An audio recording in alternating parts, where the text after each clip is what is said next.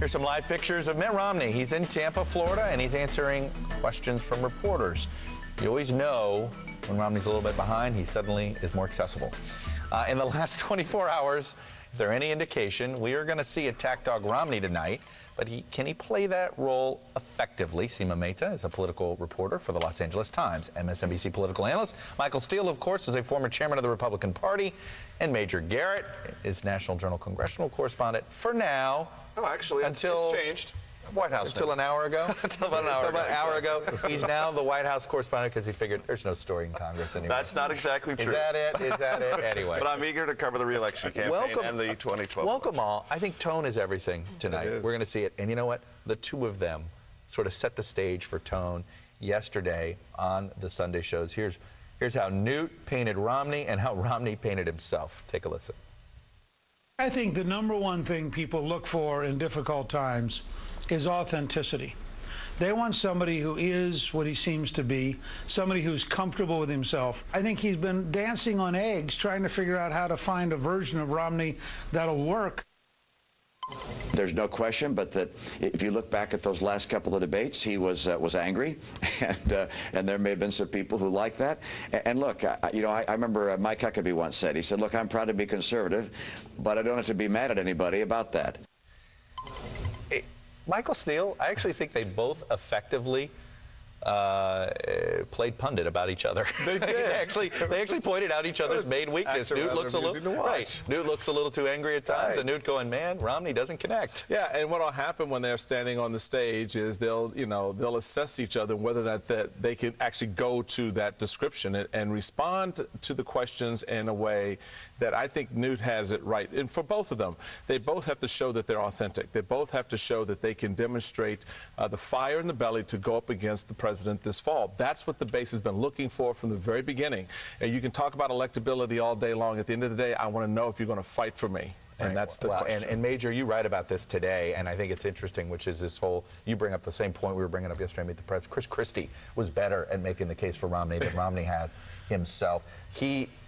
This is not his strong suit. No, surrogates can be helpful with explaining your policy, your history, but your narrative has to be yours and yours alone. You have to own it, believe it, and tell it with conviction. Romney has not met that standard. Right now, what you have is the Republican Party telling voters in primary states what they ought to do. In South Carolina, Republicans said what they want to do. Right. The crucial question in Florida is which will prevail.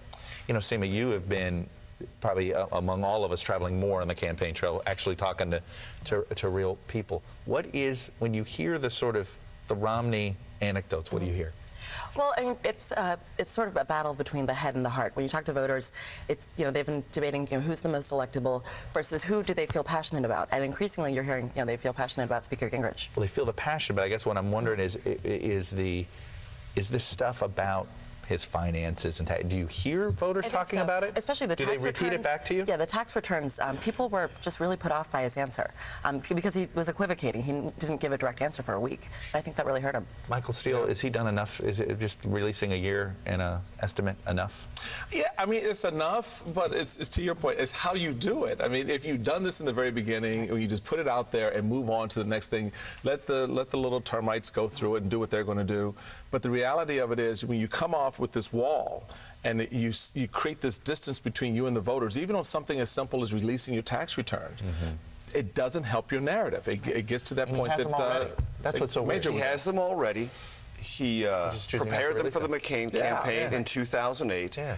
And when Mitt Romney says we should not be ashamed of success, then you should be comfortable with your success. Telling people don't be ashamed of my success is not the same as I'm proud of my success, and I'm proud of it across the board. They figured out, all right, stick around, Seema. Michael, Major. Trivia time, we asked, which state was the first to adopt a primary process? The answer, it's Florida. Hello, we're like Jeopardy here. The answer is right in front of your face. In 1901, Florida adopted a statute, and it's statute, not statute, that allowed for the use of a primary election. Take that, Oregon. We'll be right back. You're watching the Daily Rundown, only on MSNBC. What we're seeing is bullies, political bullies, who want it their way or the highway, standing up to the president. And who's feeling the hurt? The middle class and the working poor. The haves and the have-mores, they're getting off scot-free. In fact, they're making the case that they're actually paying too much. If we're going to get this country back to work again, it's going to take shared sacrifice. Those who have had all the breaks over the last 10 years are going to have to give a little bit more. And those who have not had the breaks are going to have to be given the opportunity to do more. He said in a debate, actually, that people who profited from the failed model of Freddie Mac and Fannie Mae ought to give back their money. Well, the Speaker made $1.7 million in his enterprises from providing services to Freddie Mac. You got to give it back. That was Mitt Romney literally just a couple of minutes ago. Let's bring back the panel very quickly. Seema Mehta, Michael Steele, Major Garrett. Major, we're clearly seeing he wants to go to Freddie Mac. This is a foreclosure state, housing issues all over the place. Boy, does he want to go there and go there hard. But now giving back all the money, that's an interesting new challenge. Give back the money, tries to create some moral equivalence between whatever he's uncomfortable with in his personal finances, what he wants to make Newt Gingrich uncomfortable with his. This is going to get played out tonight in the debate and Thursday and on the airwaves.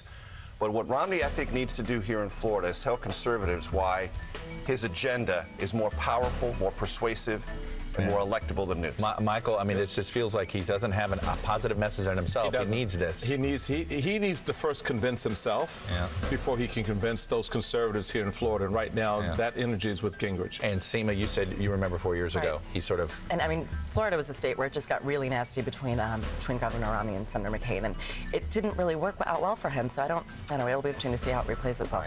Fast, shameless plugs, Major Fast. Go. Beth Reinhardt is National Journal's participant in the debate tonight. Read her stuff at nationaljournal.com. And former Miami Herald reporter, she's been terrific. Got a new piece going up on betdigital.com, and check it out about South Carolina and all the mysteries there. And Seema. It's my husband's birthday, and I'm sorry for missing another event because of this campaign. This campaign does it, doesn't it? That's it for this edition of the Daily Rundown. Don't forget, tune in 9 p.m. tonight, perhaps the single most important debate since the last one. It's the NBC News Republican debate.